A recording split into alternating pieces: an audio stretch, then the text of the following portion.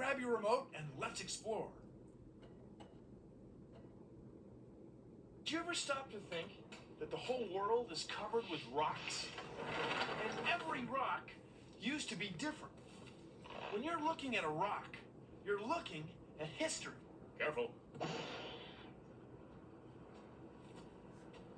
See, all the rocks in the world used to be melted rocks, what we call molten rocks. Molten. Like this molten rock in here. And you see the bubble on top? It's from the heat. It's just like the rocks that come out of volcanoes. Rocks like this, rocks like this, rocks like these. See these pits? They were formed by bubbles and liquid rock that came out of a volcano. Now sometimes the rock from volcanoes will come up onto the Earth's surface. Now when these rocks get on the Earth's surface, they push other rocks down.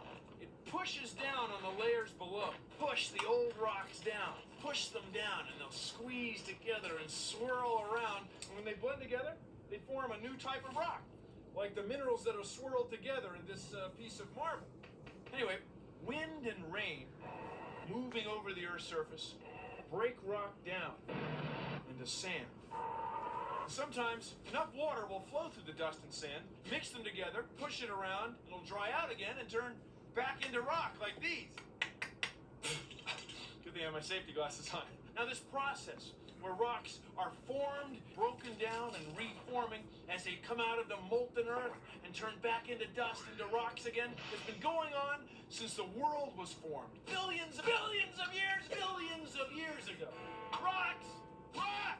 Rocks! Rocks! And now, Sandy Stone. I love you, lava, baby.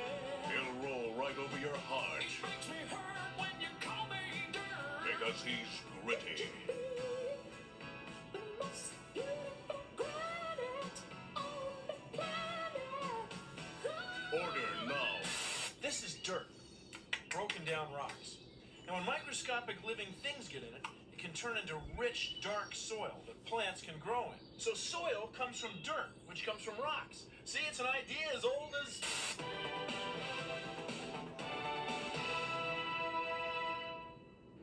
As you can see, there are no mighty rocks here now. It's all been reduced to eeny, teeny, tiny bits of sand. Reduced by the pounding surf, the merciless storms, weakened by the sun, but mostly by the pounding, So pounding, sand has pounding. been pounded from solid rock. Now that rock was once liquid. Hey, I'm not Now it's nothing. And so what can the government do about this pounding, pounding, pounding? In the final analysis, We're talking about nothing. tens of thousands of years. I'm It's talking not about something- pounding.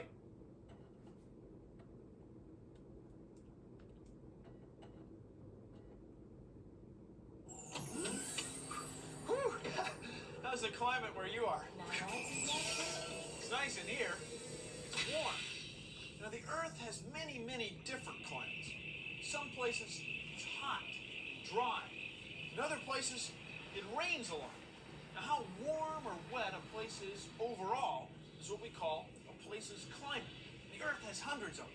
Take a look at this. This is the Earth Climatological Model of Science. That's a picture of the Earth. You can see that the Earth is covered mostly with water. Mostly with water. Now the energy of the sun's rays beating down all the time makes the water in the oceans and rivers, lakes, and streams end up in the air, in the atmosphere. And the movement of the atmosphere makes that moisture move all over the world and creates all these different climates. Now different kinds of living things have found ways to live in every climate on Earth. And it's all because energy from the sun makes water end up in the atmosphere, in the Earth's air. No matter how warm, wet, cold, or dry, climates all start in the sky. It's a poem. It's time once again to search out weird weather wonders from around the world. Join us in Climate You Find It. Dateline, Kansas. Tornadoes touch down on the Kansas plain. Warm, humid air from the Gulf of Mexico and cold, dry air from the northern plains collide over the flat Midwest. The result is a new twist on the old theme. Climate is affected by location. how warm or wet a place is.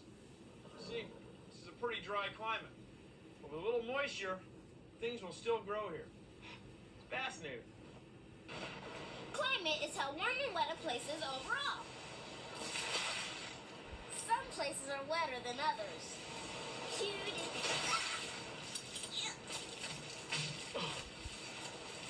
Wish it was wet out? We'll make some rain.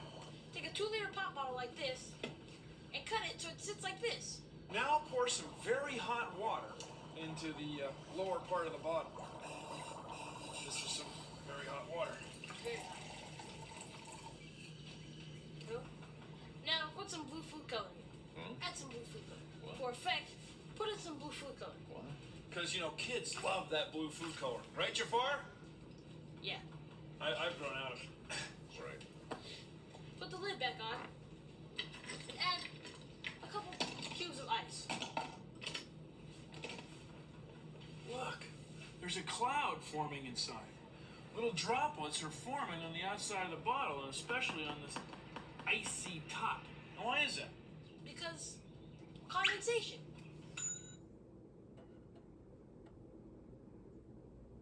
Grab your remote and let's explore.